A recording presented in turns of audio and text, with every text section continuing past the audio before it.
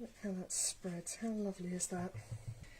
And then I'm going to turn it on the corner and I'm going to spray and let it run. Trees and shrubbery in the background here of it.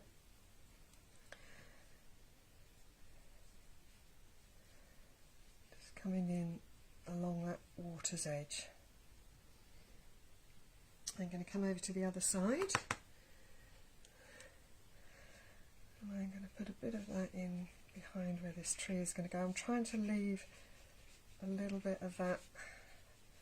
You love my clean palette, don't you? So this is the colour that I'm mixing up here. So it's mostly ultramarine, but I need a bit more water in it. So I've mixed my colour up, I've cleaned my brush out, and I'm just picking a bit of that up.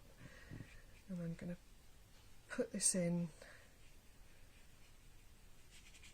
to the water. And I'm going to start over here with this one. Bring it back in to give me some twiglets.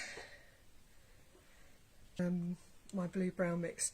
Linda's just asked, do I always work? I always work at an angle, Linda, but not necessarily this much of an angle. The angle that I've got is for demo purposes. So my reflection is going to come straight down from here. Now these will also have shadows to them.